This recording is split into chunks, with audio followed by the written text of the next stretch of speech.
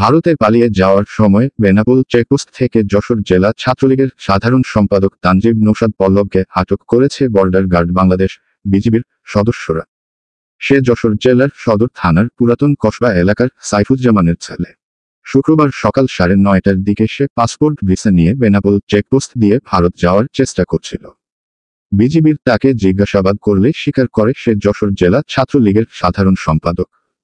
বেনাপোল বিজিবির company commander Mizanur Rahman জানান, আমাদের কাছে গোপন খবর ছিল যশোর জেলা ছাত্রলীগের সাধারণ সম্পাদক এ পথ দিয়ে ভারতে পালিয়ে যাবে। এমন সংবাদের ভিত্তিতে বেনাপোল আইসিপি ক্যাম্পের বিজিবির সদস্যরা গোপন অবস্থানে থাকে। পরে তার পাসপোর্টে এক্সিট সিল মারার জন্য ইমিগ্রেশনে গেলে সেখানে থেকে আইসিপি ক্যাম্পে নিয়ে জিজ্ঞাসাবাদ করলে সে যশোর জেলা ছাত্রলীগের সাধারণ সম্পাদক বলে স্বীকার করে। এ সময় তাকে আটক করা হয়। ঊর্ধ্বতন কর্তৃপক্ষের সিদ্ধান্তের পর আইনগত ব্যবস্থা নেওয়া হবে। তথ্য ছিল, গোপন সংবাদের তথ্যের ভিত্তিতে আমরা জানতে পারি যশোর জেলার ছাত্রলীগের সাধারণ সম্পাদক এই রাস্তা ব্যবহার করে ভারতে যাবে।